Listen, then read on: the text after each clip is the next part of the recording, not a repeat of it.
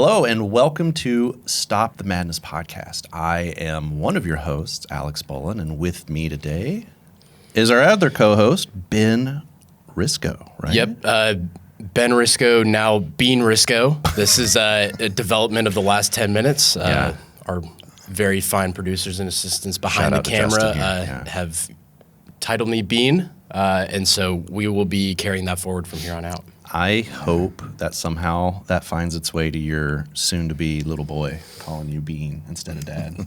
I think we're just going to stick with that. Bean can be saved for the wife. You know, Yeah, okay. She has full liberty and freedom to use whatever name. As she should. Yeah. That's right, as she should. Well, today we are super thrilled to have a guest with us, an expert, if you will, dare I say, in planning and scheduling, DC, or Dennis Casstevens, right? Is that where did DC come from? That's what I know. It's just your first name, last name. Yeah, first name, last name. There's a little bit more to the story to that. But, okay. Is that for a later time? Yes. Okay. Oh, boy. Well, DC, you have you've watched us record an episode once, right? Yes, when our mutual friend Trent came in. Gosh, when was that? November of last year? Yeah. It was late last year. Yeah, we had a good. That was the long day of recording. We did like 3 or 4 episodes that day, and they were all long, like hour and 20 minutes apiece. It was a tough day, but it was a good day. We had a lot of great discussion. So yeah, you came in and watched, and so you got a little sneak peek in how we do this, and so now you're back at the hot seat.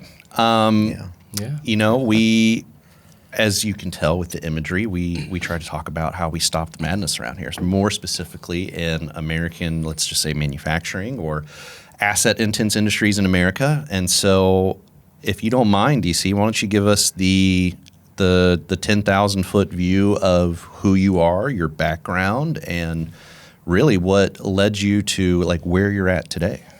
All right. Well, first of all, thank you for having me here. I'm grateful for the opportunity. Thank you so much. So, yeah, my background is I started out at a company called Weyerhaeuser back in the early 2000s. Started out there as an operator. Okay. And the way they run their business was the operators got involved in the maintenance activities on the light side of things, if you will, greasing bearings, stuff like that. And right then I knew I needed to be in the maintenance field. Okay. Right. So I just worked my way up from there, got into the maintenance side of things, and tried to learn as much as I could, planning, scheduling, stuff like that. And I took an interest in project planning. Okay. So I got to take on a project for the first time. It was a silo replacement. Oh, wow. Yeah. How old were you when this was going on? I was 32, 33. Okay. So you got some young. wisdom. You're still young, a little bit of life God, experience. that was only like a couple years ago, right? Yeah. Yeah, just a few. Just a few. Handful. Times 2. Yeah. Yeah, right. But yeah, anyway, it was a great opportunity. I learned a lot of things, what to do and what not to do. Yeah. I had a little hiccup during the project, and that taught me a valuable lesson. Yeah. So, was it a hard lesson? No, it really wasn't. It was just a good lesson. I had a great plant manager at the time, so she helped navigate through it. Cool. Yeah, That's so good. I was thankful for that. I had a really supportive maintenance team behind me. So, So we have quite a few customers in the lumber and forestry industry. Yeah. Matter of fact, we're closing out a 2-year implementation project with probably Weyerhaeuser's second competitor. So, you know, all those corporate headquarters are in like Vancouver, British Columbia, right? So like I imagine that they just yell at each other from across the street all the time. But we're kind of familiar with sawmill, lumber mill operations, right? And I think an interesting note here is a lot of their equipment is old. Yes. It is, I don't want to say it's highly reliable, but I mean, they were just built in a different time, you know, and they are able to be serviced and maintained and kept alive. I think, I was going to pull a wild stat out of my hat, but I can't remember it because I just saw a report for our customer on asset life cycle. I think the average life cycle was almost 45 years, which that's kind of crazy if you think about it. But anyway, yeah, so it's a lot of moving parts going on, and lumber mills are kind of crazy. So that's an interesting place to get your start. Yeah. A lot of heavy equipment. Yes, a lot of heavy equipment, cranes, kilns, giant saws. Dangerous equipment. We had Wellens. And what's that? A Wellens is where you reclaim your waste material. Okay. So you make your plant more efficient and effective. Okay. You use the Wellens heat to dry your material. Okay. It goes through a dryer. Yeah. So your mulch, if you will, drops into the Wellens, burns it up. The heat from the Wellens goes to the dryer. Wow. Material flows through the dryer through a process. Wow. And then into another area called drying and screening. Yeah. So that makes sense. Yeah. Anyway, that's for another story. Fast forward, I ended up at BMW. Okay. Worked there for about 11 years. Oh, wow. Started out as a maintenance technician. Okay.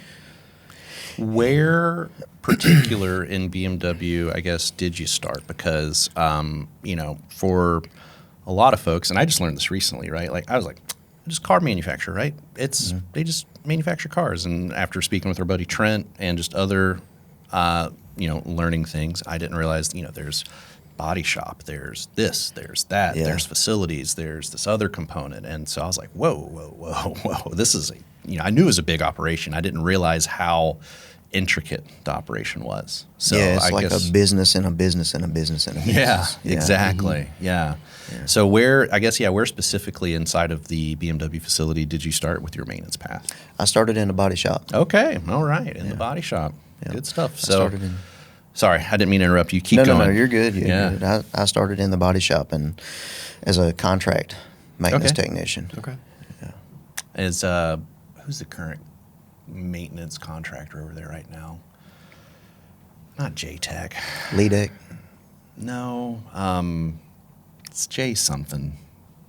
It's neither here nor there. Anyway, we had some discussions with them recently, and it was interesting. Story for another time. Maintenance planner that I don't think knew what planning and scheduling was.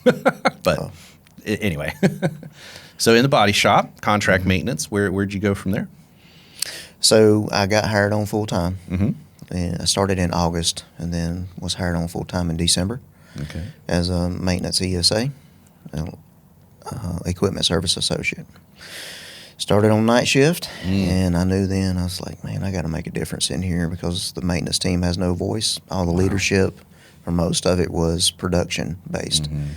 I said, we got to get somebody from the maintenance side leading, be an advocate for us.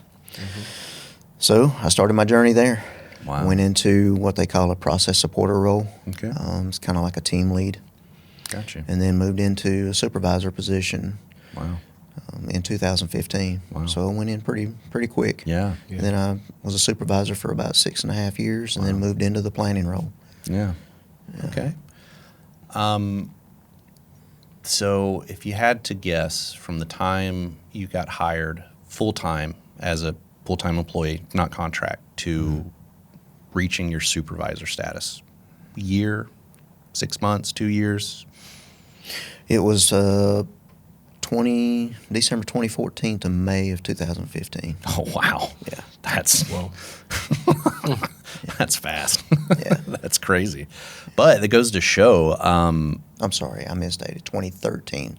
December 2013. Okay. May of 2015. My Still. apologies. Yeah. Yeah, no. Yeah. Year and a couple of months? Yeah. Yeah. So, I look at that and you saw a problem, right? And you were like, we need to fix this. Exactly. And then you just started acting. You took the initiative side of it. Maybe we talk about this a little later in the episode, but I'm pinning it for myself. I'd kind of love to learn more about how you systematically, made, I don't want to say those moves, but like saw the area of opportunity and said, all right, we're going to go address this. And now we're going to go address this. We're going to go find our advocate. Then now I'm the advocate or however that went down, right? Because to move that fast, everybody had to see it around you, right? Like the results were very clear, but then you're also kind of battling a cultural element too, right? Because Exactly. there's two sides of it. You have people that are like, yeah, DC's great.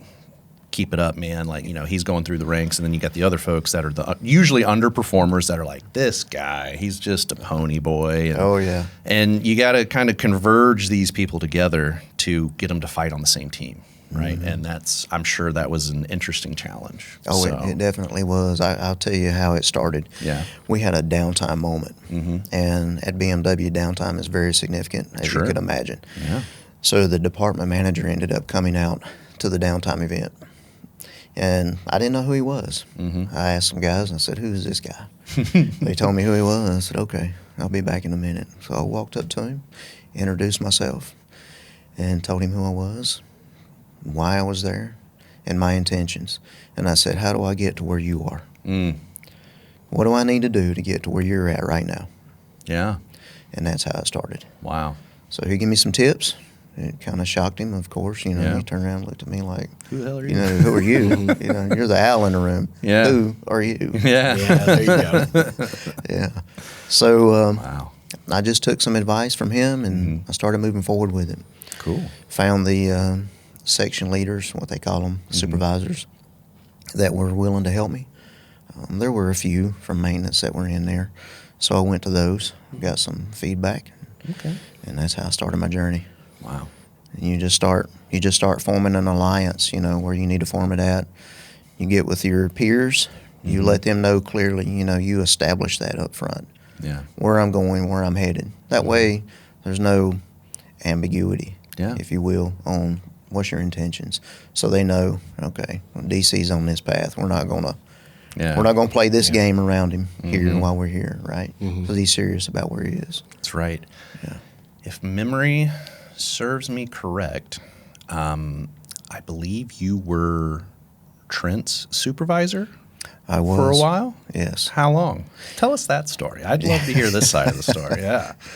So it wasn't long after I became supervisor, actually. Okay. When I first became a supervisor, they hired me for a production supervisor, which I was not thrilled about at all. Yeah, I could see why. However, I took it as an opportunity. Okay, this will be great. Learn. I understand the maintenance side of things for the most part, but managing people is a skill that you have to develop. You got to grow in that skill, right? So I managed some associates for a couple of months, and I went to my manager and I said, you got an opening in this area. It's a maintenance supervisor moving into another role, and it works for you. And it just so happens I happen to be knowledgeable in the maintenance field. It would only make sense if you move me into that role and you hire you a production supervisor. And that's how it transpired. Cool. Trent was on day shift at the time in that area as a contractor. And I really didn't know him until he got hired on full time. Okay. And he came to B shift, night shift. And that's when we met. Cool. And from day one, I knew Trent was going to go somewhere. Yeah. We started having conversations. And he started asking me, he said, once he found out my story, he said, well, what do I need to do? Yeah. So you got to make your intentions clear. Where do you want to be? What's your 5-year plan? Where do you want to be in 3 to 5 years from now? Yeah. Do you want to be what you're doing now? Yeah. Or do you want to be where I'm at? Do you want to be the next department manager? Where do you want to be? You got to set that clear path, that clear goal in your head, right? Yeah. So that's how we met. And we had an opportunity to put in some process supporter positions, same as when I started out. Yeah. I said, you'd make a great candidate, Trent. So I put him in the role, and he did a fantastic job at it. Then we had the body shop open up for a new model launch. Okay. So we moved up there, and we got split up. I went to day shift. He stayed on night shift. Supervisor position came open, and he worked in that. So we worked together for about maybe a year, year and a half, if that. But it was a great time. I learned a lot from him. Trent's a very smart young man. He is. Yeah. He has the ability to absorb knowledge in ways I'm very envious of. And it's funny because I talk about my journey for self-improvement a lot. I work with this stress well, she started out as my stress coach, if you will, but now she's my executive coach. Stacy, you kick ass.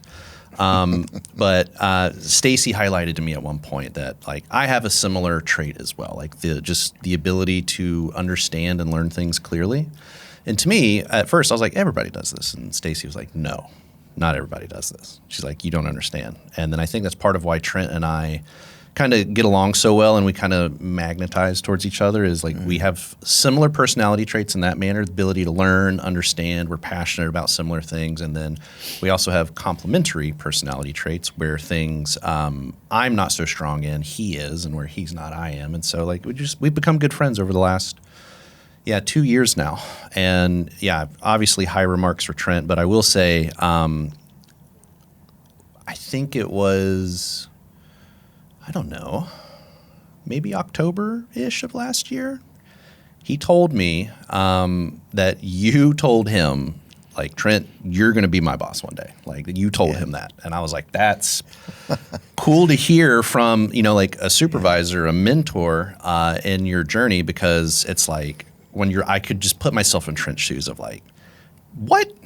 No, but then, that plants a seed, right? A layer of confidence. And you're like, okay, I can do this. I just need to keep learning. I just need to keep doing. Right. I just need to keep pushing forward. And so I don't know if he ever told you that, but he told me that. And I wanted to tell you that. And I thought that was pretty cool. So, Well, cool. So you worked with Trent for a while. That's good stuff at BMW for, you said 11 years? Yeah. Okay. And 6 years as a production supervisor, or excuse me, as a supervisor. Not a I don't mean to lump you into there. Oh, no, it's fine. I played that role for a short period. Yeah, that's right. So I guess where did you go, or what's been the path post BMW? I'm trying to think timeline wise where that takes us.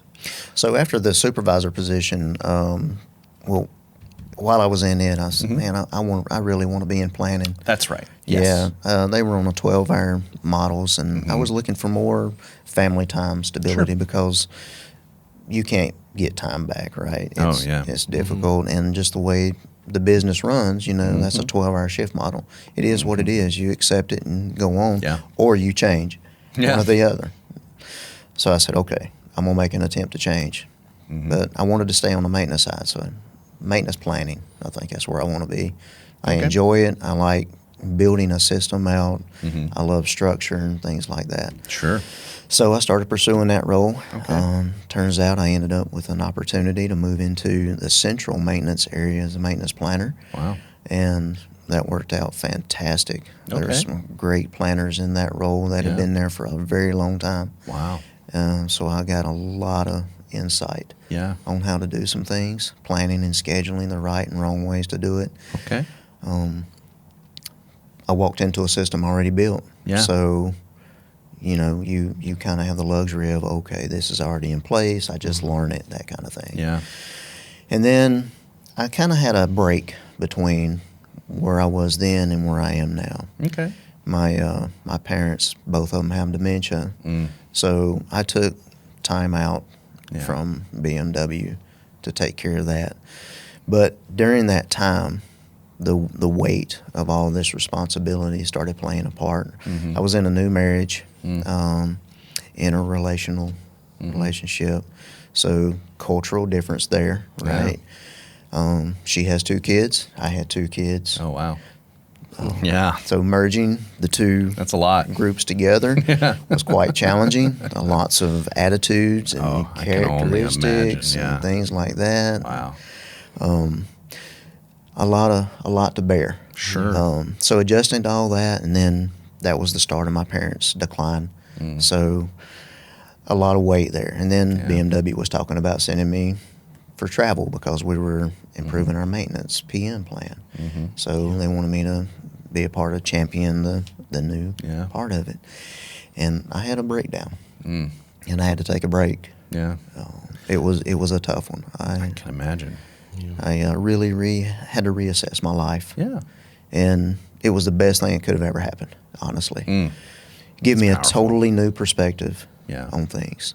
I had to rebuild myself, and that's where Resilient Oak and Company come into play. That's right. Yeah. So during that time frame, I just began reflecting, where I came from, how I grew up, what made me who I am. Yeah. Really. And where do I want to be? I asked myself the same questions I asked Trent. Yeah. When I met him, where do you want to be in 5 years? Yeah. Are you happy with where you are right now? Yeah. That kind of stuff, right? Wow. So a lot of deep reflection. Yeah.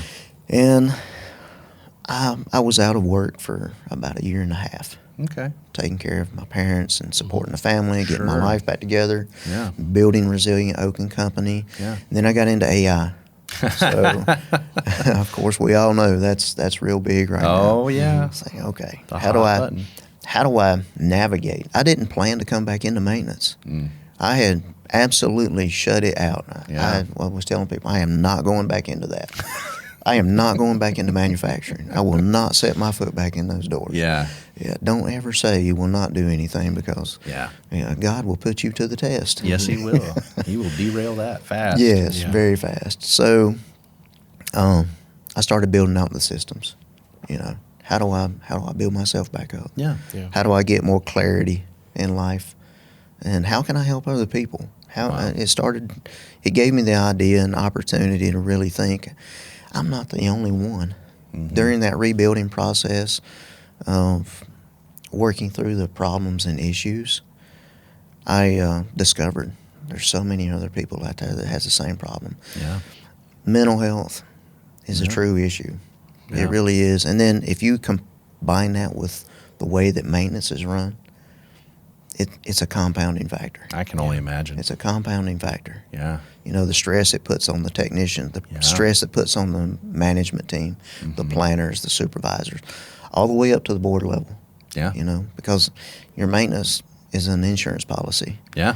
Yeah, but you can't look at it as a term policy. It has to be looked at it like it's an IUL or whole life. There's things you need to build in there, and it's a Yeah. life insurance policy for a reason. You use it while you're living, not after you've passed. Yeah. So, That's incredible.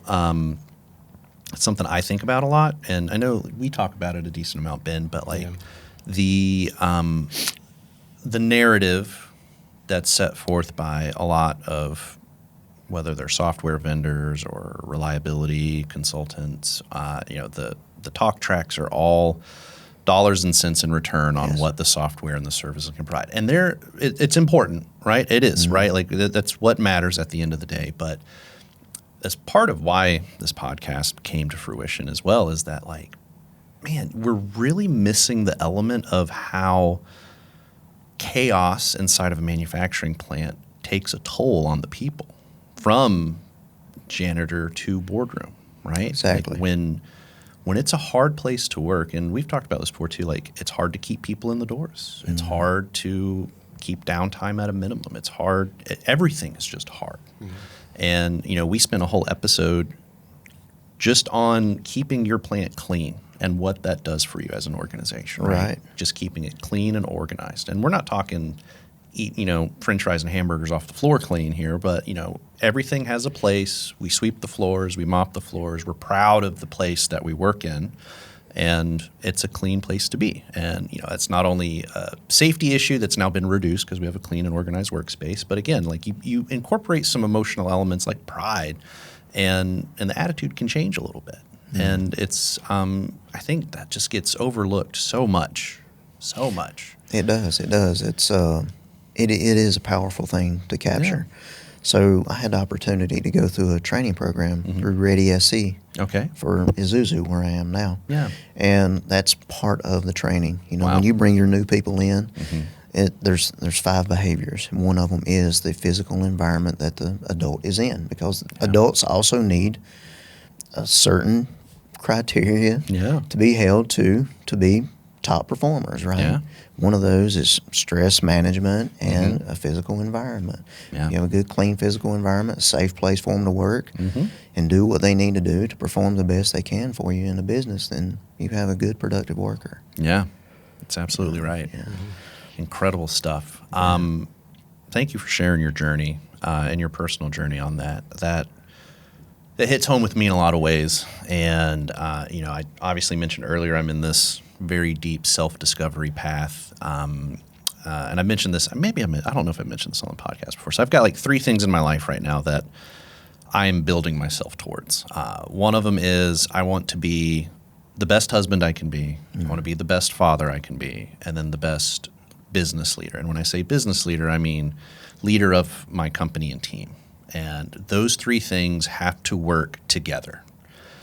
And I know it's not easy. It's going to take work for forever, right? It's never going to stop.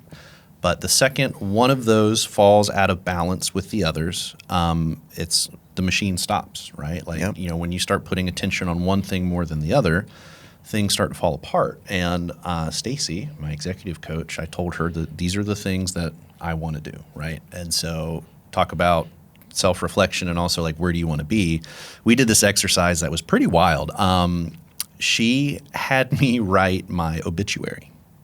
Yeah, right?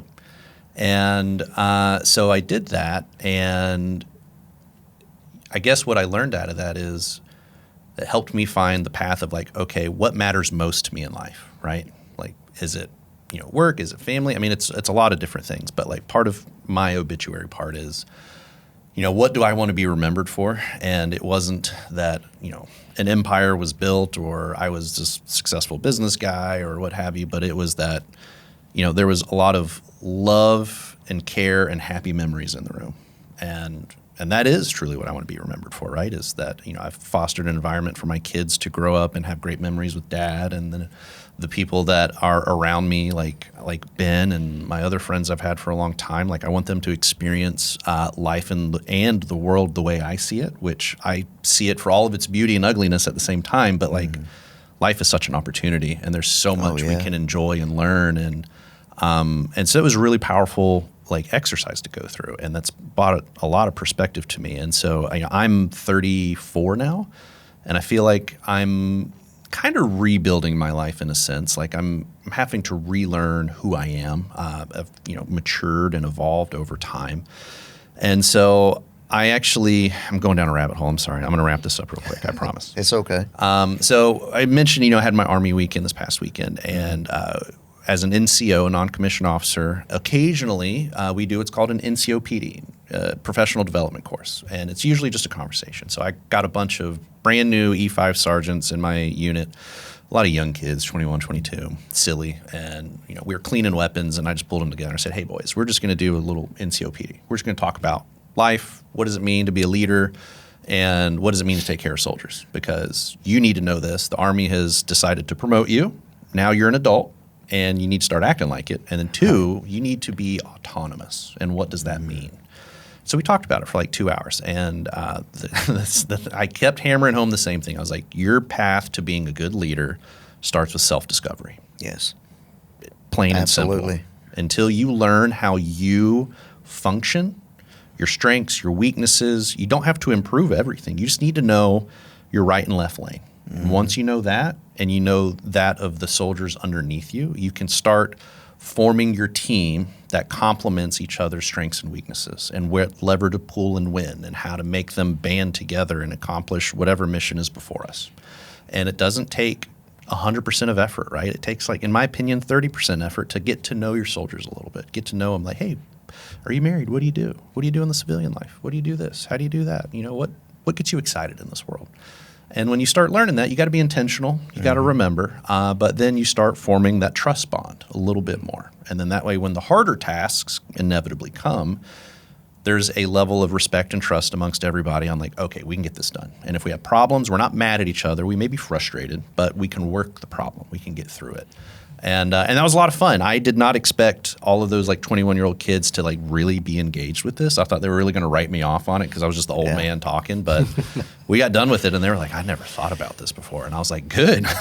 I'm glad we can think about it now. Right. So so anyway, well, I just love it, and I think that's fantastic. I want to turn us down the path of, I say, planning and scheduling, right? Yeah. Like really kind of go down this. Ben talks about it a lot with not only our customers, but some of our prospects that we go with. We lead, or you lead, a lot of your presentations with planning and scheduling is the core pillar of everything, right? Of an effective maintenance team. So, I don't know, man. I talked a lot, Ben. I kind of want you to take it from here because you love this. I love it too, but you really get into this, man. And I think you two are gonna like just uncover incredible things. I think the way I'd love to start this and, kind of tee you up is, with your journey of how you kind of moved through the ranks, the thing I was hearing the whole time is, once you started, you knew that you wanted to have a plan, but you needed to understand how to get there.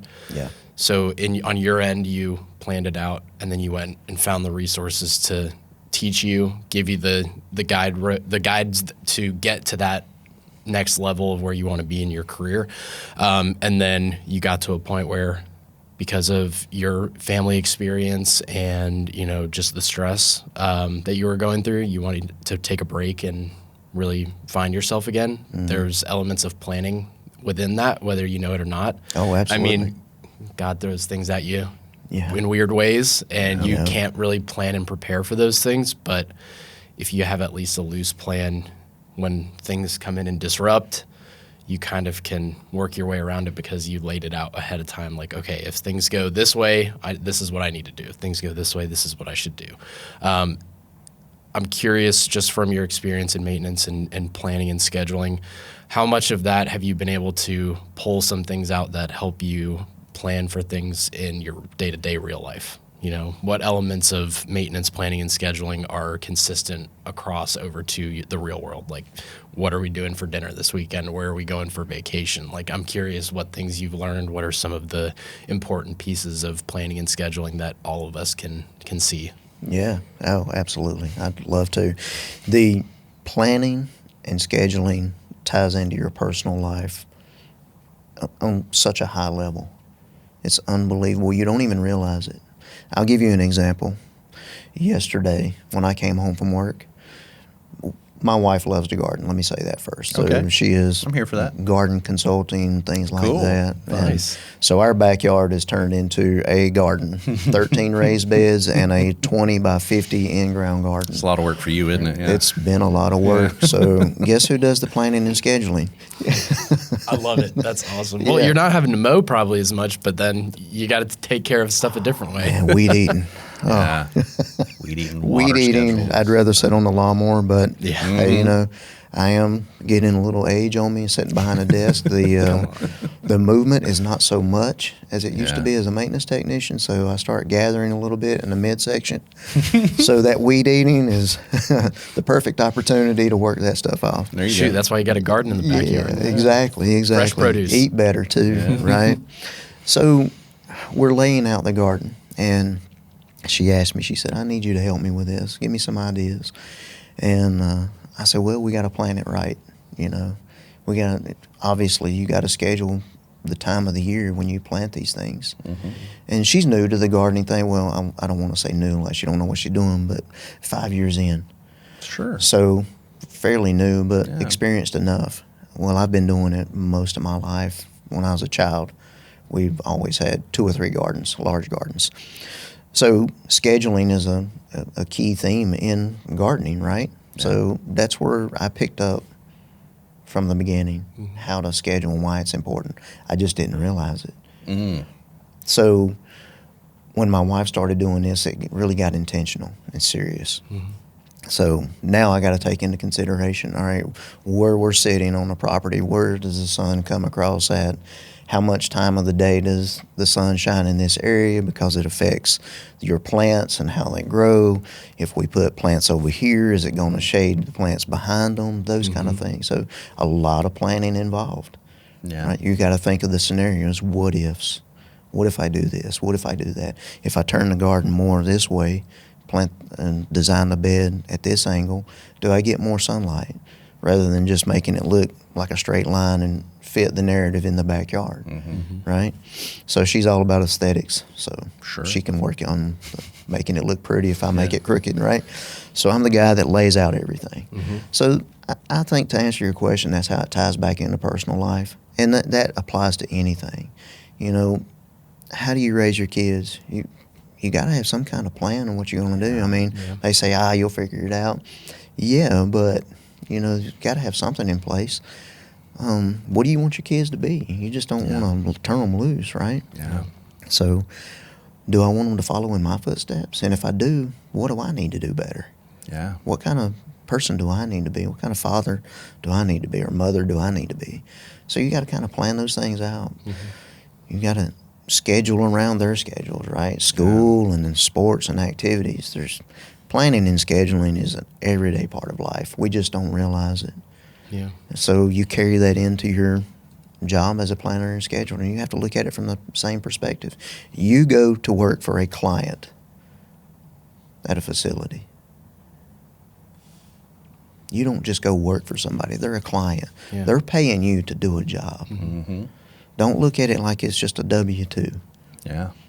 They hired you because you had a certain skill set they need. Walk into that facility and show them what skills you have. Ask them to give you the tools and resources to build that skill. Yeah. Give you the opportunities to grow. Yeah. And most places will. If you're not being challenged, you're not going to grow. If you're sitting there stagnant, you're not going to learn anything. If it's easy, you're not going to learn anything. You're not going to grow. It's got to be tough. Yeah. Raising kids is not easy. I think that all of us that have kids, we know that is not an easy task. Ben's about to learn. Yep. Yeah. He's about to learn. So you look back, how did I grow? How did I grow from a young man, E3, E5, staff sergeant, whatever. Yeah. How do I grow up from being that 18-year-old boy to now I'm a 21-year-old that's leading a company I'm in? Yeah. So we have to approach it in the same manner. I'm with you. What, in the most simple terms, what makes a good planner scheduler, right? Like and when I say good, your interpretation of good, right? Like I don't think there's any standard textbook definition of what a good planner scheduler is, right? But like what are three things that you probably need to have to be very effective at what you do? You got to have a clear intention. Where am I going? Yeah. What am I building out? And how am I going to get there? Right? And what resources do I need to make that happen? Who are my contacts? What relationships do I need to build? That makes sense. I don't want to say it's common, but I've had more conversations recently than not that people, whether they are maintenance or other roles within the organization, just assume planning and scheduling is dragging and dropping work orders on a chart. Okay, we got a air filter we got to change. Yeah, next Thursday sounds good. We got a gearbox we got to rebuild. Yeah, that's fine. Let's start that tomorrow, right? Like just, they just have no idea. And while it's a simple, I don't want to say thought. I mean, it's a simple understanding of planning and scheduling is we need to plan and schedule very effectively, right? It can be that simple, but the moving pieces that are being aware, like you said, of, all right, who are my people? What are the tools that I have? You have to know your equipment, right? You got to understand when do these cycles need to happen. So I guess I want to peel the onion layer back a little bit further of how do you account for this, right? Because in my mind, and I hope this doesn't happen, it probably does. I'm assuming more times than not when somebody gets into a planner scheduler role, they have some form of a maintenance background. But I bet there are quite a few organizations that just hire a planning or scheduler and then maybe they have a project coordinator background and they know nothing, right? They're just lost in the sauce. Right. So I guess, let's a little bit deeper into that component of what do you need to know around you? What are the things that somebody who maybe is listening to this is I need to build myself to be a better planner scheduler? Yeah, well, you got to know what kind of equipment you're working with. And how does it impact the facility? What is the significance of it? So FMEA, what is the risks? What is the cause and effect? How important is it? Where do I need to put my focus to? There is certain equipment that needs less attention than other equipment. So you have to really understand what you're dealing with. And what's the end goal? How does it impact production? Yeah. How can I set up my strategy so that production gets the maximum benefit of that equipment, because it's an asset that it's depreciating day by day. So they have to maximize every opportunity they can from that piece of equipment. Yeah. So that's part of a planner and scheduler's role, is to make sure that that asset lasts as long as possible, so the ROI is higher. Yeah. That's powerful. The takeaway statement for me is, how can I benefit essentially production's lives to be better? Right. And more people than not do not think that way. You know, whether you're a maintenance manager or planner scheduler, it's very self-focused, you know. So I love that approach that you have to it. I kind of derailed some of your pieces, Ben, so I'm going to be quiet again. Yeah. That's all good. I could keep going, but I just want to sit back and watch. Yep.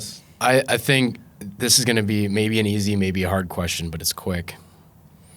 We hear planner scheduler. What's your take? Should it be one person, or should there be two people? I think some organizations have a planner but no scheduler. Some have a planner / scheduler. Some have no planner but a scheduler. And then some have two different people. I'm curious, what's the best practice? You know, does it make sense to have one planner scheduler? So maybe the company's like, oh, we're not having to pay two salaries. But is that a lot of stress and pressure on somebody to be both the planner and the scheduler? Is it easy because they know what they've planned and they know who to schedule? I'm curious what your experience has been and how companies should do that. Yeah, I love this question. So I've had the opportunity to see both sides of it. Okay. Weyerhaeuser, their planner and scheduler was kind of the same person. So the role as a technician at Weyerhaeuser was, you planned out your tasks, what you were going to do. Then you sent that to your planner scheduler. He looked at your tasks, assessed it, made sure all the parts and inventory was in place, then he scheduled. Then when I came to BMW, different ball game. Planning department, scheduling. So your scheduler was, we call them an ME. They actually scheduled and made sure and planned the jobs. But your planner actually took care of your PM structures, your SOPs, things like that. So I've seen execute the work, so to speak. Exactly, exactly. So I've seen both sides of it. I see the benefits and I see the disadvantages. For me, I think it's stressful both ways. It's just depends on the facility size. That's a large factor in it. Obviously, coming from Weyerhaeuser, we had 163 employees, I think it was at the time. So 2 planner schedulers was sufficient. At BMW, just in the body shop, there's 5 planners. Oh, wow. Wow. And then there's a planner for each individual line. So like your X3, X5 models. And then the area had a planner, a scheduler. There were roughly 24 technicians, give or take, in an area for what we call underbody and then framing. So there was a scheduler for underbody, scheduler for framing.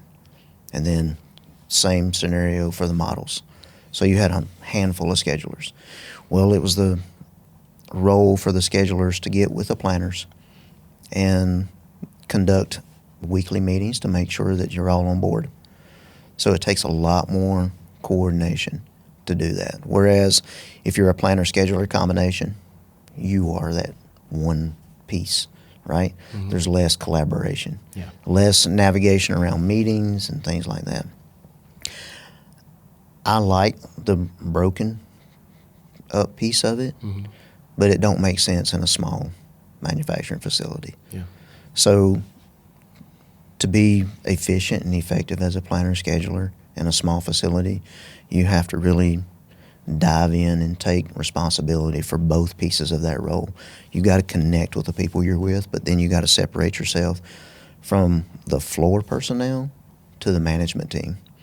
Because as a planner, you're responsible for reporting back the equipment losses, gains, improvements, things like that to the management team. They want to know, what are you doing? You know, what kind of ROI are you giving us? Not just our equipment, but what are you giving us? What return on investment are you providing? Yeah. How are you mitigating risk? Yeah. Right. So I like the role of being the one person. Right now at the facility I'm at, I am the one person. Mm-hmm. It's challenging, especially starting from greenfield, from nothing. Mm-hmm. Fortunately, I'm able to take the Weyerhaeuser knowledge and the BMW knowledge, combine it, and put it together and say, okay, I want to really build this as strong as possible from the foundation up, and build it so that I can hand it over to the next person that walks in, and it's not, oh, I don't understand this. Yeah. They come in and go, this makes sense. Yeah. It actually makes sense. I understand what I need to do and how I need to do it. Yeah. How often do you, in that position where you're the sole planner scheduler, how often are you having to do check-ins? Like, obviously reporting to management is a key piece, but how often are you touching base on not just the process of planning and scheduling, but the process of how do you know as the planner scheduler when work comes in, when you need to bring in, whether it's an engineer to evaluate what kind of work needs to be done or what kind of fix it is, what the failure was, when you need to bring in the maintenance manager or plant manager to talk through, are we doing work the right way? How often do you, have you seen it done where, do you have like a monthly check-in with management and the team and just say, where are things going right? Where are things going wrong? I've tried to plan out and schedule 10 jobs, and I haven't known that somebody's out on vacation or they're gone or, there's not a lot of communication. Like, how often are you checking in with the rest of the facility to make sure that everything's moving forward? So your direct management team, your manager, daily, every day, what is your expectations of me today? What do you need from me today?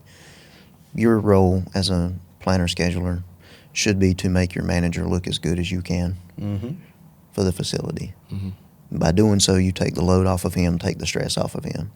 That way, his management team is not bearing down on him or her saying, what are you doing to improve this process? Because you're already on it. You're in communication with your planner scheduler, your improvement side, right? For the upper management, once a week, I think you need to be in the presence of the upper management team, your manager's manager. Yeah. They need to know who you are. They need to know what you're doing. You need to check in. What projects are you working on? Create some PowerPoint presentations. Show this is what I'm doing. This is how I'm doing it. This is where I need support. This is how I can make improvements better. I need to put a team together. Can you help me do that? Yeah. That kind of thing. So daily for your manager, daily for your operators, your technicians, every day. Yeah. If you can, multiple times a day. I know that's tough, especially if you're a one planner scheduler, but at least one time a day, if possible. 2 to 3 times a week minimum. 2 to 3 times a week minimum. Mm-hmm. If you can do it every day, that's fantastic. At some point they're like, just can you not go do your job and quit asking so many questions? Yeah. But they start trusting you. Hey, this guy really gets it, or this person gets it. This individual really cares enough to come out here and see what's going on, so that we can make sure that we're doing the right thing and improving and being better. And you communicate that up. The communication tends to get lost between the management team and the upper management. Upper management wants high level. Mm-hmm. Well, technicians want to give details. Yeah. Right. Yeah. So we gotta separate somewhere. Unfortunately, that's where the broken chain develops, and that's part of those. Get the planner in front of the upper management team, so he can help communicate those things. Break it down a little bit more and make it make sense. Yeah, absolutely. Yeah. It's just taking a recent experience with my Army weekend. I mentioned to you earlier before we started recording, right, we had a rifle range event, and I was in charge of the ammunition. So the beauty of being in the military is there is a SOP and regulation for everything. You can't make it more simple than that, but somehow people find a way. So my job as managing the ammunition piece, right, is we are allocated a certain amount of ammunition for everybody to shoot, plus let's say 20% for refires. So, like in planning and scheduling, it's very critical to keep assessing, how many rounds are we firing? How many do we have left over? What's the plan for today? What's the plan for tomorrow? How many people have qualified? And my boss, my training NCO, he's the one that co-signed for the ammo with me, but he's also the one who planned the range event. And so the conversation I have with him on what is happening is very different than when I'm standing next to him and the company commander, right? Like I'm giving him the details, and I try to do this. I try to walk up to him and say, I don't need you to make a decision. This is visibility. We've fired X amount of rounds. We have this many loaded in magazines, and we have enough for what the plan says. No need to make any decisions. I'm going to crack another box of ammo. Like, we're good. We're moving. I'm giving you the details because if the commander asks you a question, you can answer it, but I don't need you to make a decision. Versus if I do need him to make a decision or we have to escalate that decision higher, I get more granular with him. Why? Here's the issue at hand. Here's what I want to do. What do you think? And then like when he's standing next to the commander or if the commander asks me for an update report, my answer to him is usually, we're good, right? We can execute the mission at hand. Don't worry about it. And that's all he needs to know. Yep. That's all he needs to know. And you're right, more people than not want to get into the details of it. And then depending on who your boss is and how they function, some of them either just don't care, right? They'll just tune out and it'll be in one ear and out the other. Or others will start listening and then they're going to start either nitpicking or micromanaging a little bit and say, well, I don't like the way you're doing that. Or this doesn't make sense to me. And like your boss or your boss's boss, their job is to have visibility and be able to provide guidance. Yeah. The second they get derailed into making tactical decisions, they're losing sight of the bigger mission at hand, right? Mm-hmm. And so I just I had to tell that story because it's very relatable and recent experience I had. But you're absolutely right. You got to be clear in how you're funneling information to the right person so they understand it as it's pertinent to them. It's not that you're hiding anything, right? You always come prepared to give the details if they ask for it, but they just need to know. Basically, are we on track, not on track? What are we doing? How are we mitigating risk? We're good. This is what I'm doing. I don't need your help yet. But if I do need your help, I need you to come in full swing, right? Exactly. Yeah. So I do have one question. What is the relationship and how important is it between the planner and scheduler or planner or scheduler and storeroom? Spare parts. That's very important. Yeah. That's very important. Yeah. That's a gap you don't want. You don't want that gap. Oh, so storeroom communication with the planner scheduler, especially the planner, is critical. That spare part inventory must be managed on a weekly basis, in my opinion. Yeah. At least. They should be doing some form of it on a daily basis. Depends on the system they're using, right? Some places are still on paper, unfortunately. A lot are, yeah. Right? But a lot of them are advanced enough where they can put an autonomous system in place and track inventory as long as we're entering the information right. Yeah. Right? So that relationship is key. It will make you or break you. If your inventory is not tracked accurately, if you're not staying on top of it, then when it comes time for the scheduling to happen and you don't have those parts and tomorrow is the day, I hope you got somebody close. Yeah. If not, you got to answer some questions. Yeah. And it's going to come down on you if you're the one that has that relationship with the MRO. Yeah. And if it's not good, if you're both not on the same page, you don't have a clear method of tracking inventory and monitoring what's coming and going, what's critical and what's not critical, then you're setting yourself up for failure.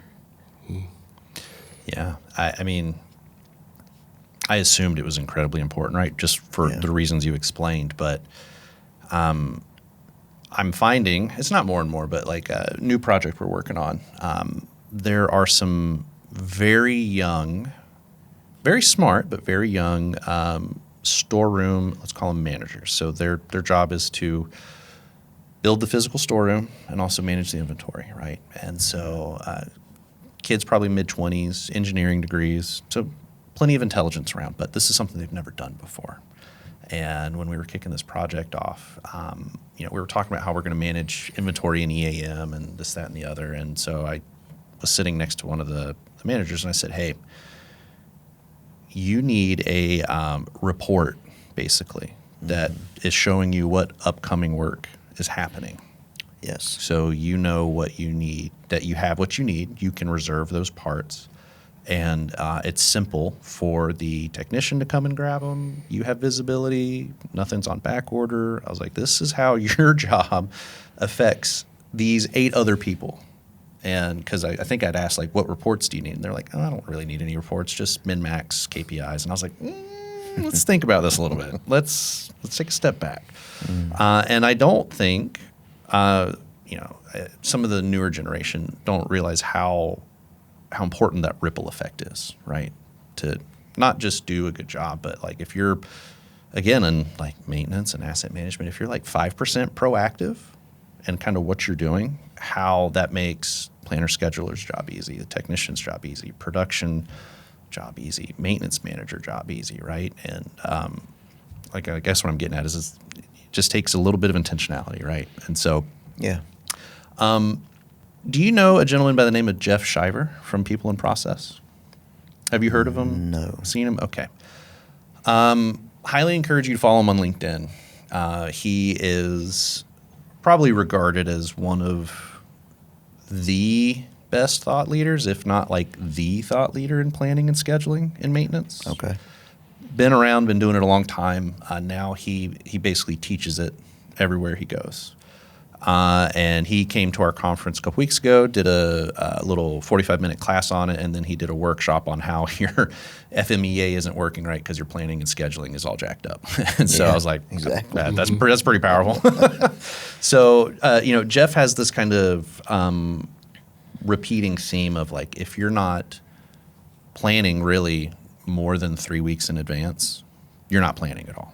Nothing of what you do is planning. What you're doing is completely reactive. So I guess I absolutely agree with what's that. your thoughts on the balance between not only managing work requests as they're coming in and where that fits the schedule, but how you're just juggling the planning, and then where is that window of like, I need to be this far in advance to keep the wheels moving, right? I know it's kind of a gray area. Like you can't just say, oh yeah, 3 weeks and out, you're great. But it's different for every unique manufacturing scenario. But just from your experience, right? Like where do you see like really good planning starts to happen when we're looking this far out? Oh yeah, as far as possible. Right, sure. As far as possible, but I would agree with that. 3 weeks out is great. Lead time, I would say the average is around 2 weeks in most cases. So if you can plan out 3 weeks, you're pretty safe. Mm-hmm. I would minimum 3 weeks for sure. I like planning months out. Sure. Honestly. I like to know now I'm already thinking about what am I going to do for summer shutdown. Yeah. We don't really have any equipment in there, but it's the thought in my head because that's what I've dealt with. Yeah. How do I plan for summer shutdown? Yeah. What are we doing for Christmas shutdown? I already start playing that role in my head, Yeah. Where are we going to be? What's the timeline? Mm-hmm. Where's my Gantt chart? Yeah. Where's the RACI? Who's responsible for what? Mm. That's just how I look at it. I want to see as far as possible, but yet stay in tune with today. Mm-hmm. And it is a fine line to balance, because you got I got a part that needs to be here and it's 6 weeks lead time and we're 8 weeks out, cutting it close. Do I need to pull in more resources to help expedite that? Yeah. Or is there something we can postpone? Can we move it to the next one? Which we've done in many cases, Yeah. It just is not going to work out. We can't get the people in place. Can't get things in place, parts, material, so we got to move out to the next shutdown. Mm. Yeah. I imagine I'm just like trying to put myself in your world, right? Literally visualizing you sitting at your computer and, we get a hiccup on, lead time on bearings got extended or whatever. Mm. And what I imagine, I'm not saying you do this, but what I imagine is you probably have a printed off short list of, let's say, the 10 most critical assets in our plant, that if these things go down, we got problems. And I need to be acutely aware of that at all time. So what I'm getting at here is, you, as the planner scheduler, this is not just a reliability task to know your criticality matrix, right? To understand what your criticality levels are. Like, you as a planner scheduler probably need to know that as well, because if a work request comes in for an asset on that top 10 list, it might trigger a series of events of like, I might need to look at this. Absolutely. And so I want to spin us into that real quick, and then I'm going to turn it back over to you, Ben. Like, how beneficial, not do you find to have the criticality list, right? But like, I guess in a world where you're planning scheduling, and some small organizations really don't have like reliability engineers, right? Like, they don't have, I call them the reliability nerds, who are sitting there doing all this math all the time, right? Who just come up with these things. You got to kind of go find it yourself, right? Or you need to be attunely aware of what the business needs are. So how have you navigated that in your past of, okay, I need to understand our criticality. I need to know this, I don't know where to begin. How am I going to go down this path? Oh, just start asking questions. It's that simple, right? It's really that simple. You start asking questions. Yeah. Well, you got to get into rooms too where people are talking about topics like this, so that it starts triggering ideas and thoughts. And that's the key part. A lot of planners, schedulers, like, I don't need to be in that meeting. That don't concern me. Well, it does. You play a major role in the performance of this facility. You need to be in the same rooms as somebody else making major decisions, because your decisions is a major decision. You affect whether that piece of equipment is going to be reliable for the next 5 to 10 years, if possible. Wow. So ask questions. Ask questions. That's the start. And once you start asking questions, it'll start triggering ideas. Like you said, FMEA, what is that? Why do I need to do it? What's the importance of it? What's the significance? Train me. Yeah. Show me how. How do we rate that? How did we come to that conclusion? And why? How come, here's another thought. If it's so high on a criticality ranking, what can we do to bring that criticality down? How can we make it a B? Maybe we can't, but maybe there's a way to mitigate and put a solution in place. Maybe it's some type of additive manufacturing solution that's temporary, that says, hey, it's a long lead time on a part, and it's an expensive part. We're not going to stock that part, such as a large gearbox. It might cost $1 million. It might sit in a facility for 2 or 3 years, maybe 10. Had that instance at Weyerhaeuser. Major $1 million gearbox sat in a facility for years, never used it. And then we wanted to go lean, so we said, do we really need it? Yeah. You got to ask questions. What's the importance of it? How can we get around it? What's the lead time? Reevaluation. You got to reevaluate your equipment after a period of time. Reevaluate your PMs. What am I extending the frequency on them because it's so reliable and it's a high criticality item? Does it make sense for it to be high criticality now? Yeah. Maybe it does, maybe it don't. But no question is a dumb question. Yeah. The only dumb question is the one that's not asked. Speaking truth right there. Yeah. Well, we got, let's say, 5-ish minutes. Yeah. Ben, you want to bring this thing home? For sure. And where we left off right there is kind of, it checked off one of the boxes of this question. But I think for any planner scheduler out there that's listening to this podcast episode, or any maintenance manager, plant manager, technicians who maybe are having some beef with the SOPs, and maybe, hey, why aren't we continuously improving these PM schedule tasks that I'm supposed to be doing are way out of date? How do I talk to the planner scheduler? What are some things for a planner scheduler or a facility organization where they want to get better? What are the things that they could start doing today? Let's say that they are only planning 2 days out, worst case scenario. Like, they can't even get to a point where they can plan 3 weeks in advance or even months in advance. What are kind of those things? You said ask questions, but I'm curious, what else can folks start doing today or tomorrow to say, how can we start getting this thing to more of a best practice view of planning and scheduling? Well, this is probably going to overwhelm the planner scheduler, but it is what it is, and you got to start somewhere. have the technicians make notes, write down the improvement ideas. You have an SOP that's out of date. Processes have changed. Equipment's had some modifications to it, so the old SOP don't make sense anymore. It has to be rewritten. Make the suggestion. As a technician, take the initiative to write that out. If you have a problem following the SOP, then you write it. You write the SOP. And then we'll evaluate it, and we'll bring you into the room, and we'll talk about it. Or we'll come to the floor, and we'll talk about it and walk through it. That's how you get better. You don't just sit in an office area and write the SOP and say, yeah, that works because that's what AI said everybody else is doing, or that's what I used to experience. It don't work that way no more. Technology is changing so fast, it can't even keep up with itself. Yeah. There's over 10,000 different AI platforms in some form or fashion. What makes you think that our floor manufacturing technology isn't changing just as fast? Yeah. SOPs need to be updated, reviewed constantly. We did it at BMW. If I was an owner of a process, I got the SOP to review.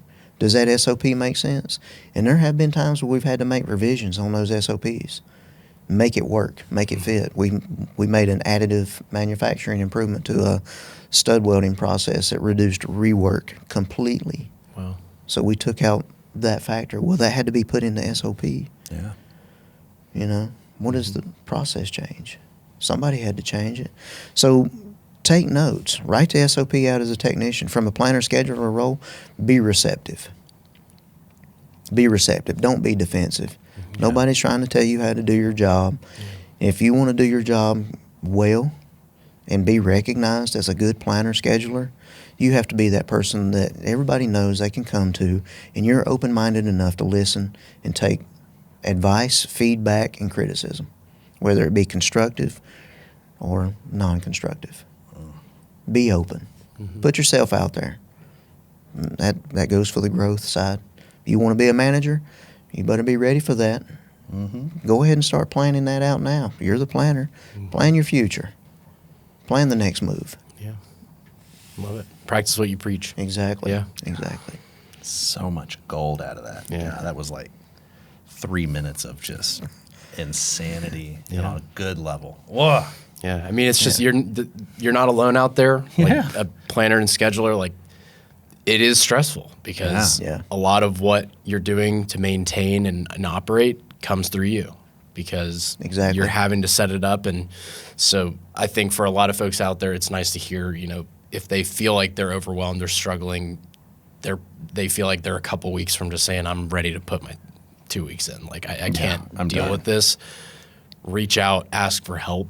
You know, it is your job, but by nature, a lot of what is being planned and what needs to be done as a facility goes through you. So you're not alone.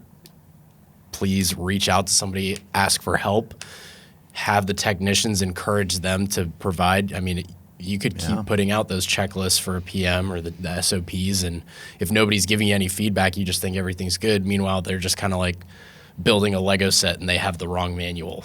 They're trying to build something and it's like, well, why am I not able to build it? This doesn't even look like the same part. So for them, encouragement, you know, asking for help, being inquisitive, those are all key pieces that could be for any role besides planner and scheduler. But I think for those folks specifically in roles, I think that's a really valuable perspective you've given.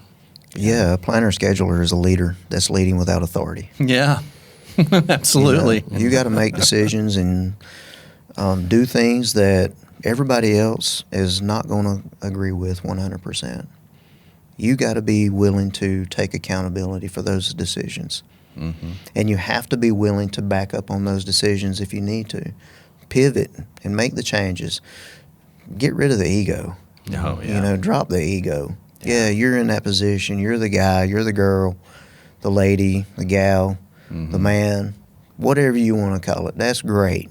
Fantastic for you. Drop the ego. Yeah. That's the only way you're going to get any better, and that's the only way you're going to improve your facility. Let go of that ego. Right. Ask for help. Get out there on the floor. Be involved. Turn a couple of wrenches with a guy every once in a while. or now we have so many more female technicians in the workplace. It's fantastic. Yeah. They have a different perspective themselves. So, Yeah. Soak it in. get that information, get that knowledge back. Gosh, that's so good. It's great. It is. Well, as we close out here, over the last 5 minutes, I've been a line from a song has been in repeat in my head that I'll finish us with here. So it's a Noah Kahan song. Song is "You'll Go Far." The song is about Buddy in a small town needs to get out and go live his life. Right, get out of the small town, escape the trap of small town life. That's what the song's about. But the particular line is, when things get hard, I smile when things get hard because I know you'll be far. But when I hear the line, I smile when things get hard, to me, that is opportunity. When things get hard, it's opportunity to see where can we improve, where can I learn, and where can I get better. And Absolutely. So I say that line to close us out today for if you're in the world and your facility is total chaos, there's opportunity in chaos. If you're getting closer from chaos to planned, keep pushing forward. Don't get complacent. Keep asking questions. Leave your ego at the door and get creative, right? Don't get lost in the status quo. Keep asking why. Be the annoying person in the room who keeps asking why, because you'll open up not only opportunity, but you'll open up others to see things they probably never would have seen beforehand. So DC, thanks for being with us today. This was awesome, man. This was just really incredible. A lot of wisdom here. And so just thanks again for being here. And for those watching, we'll see you next time. Take care. Bye.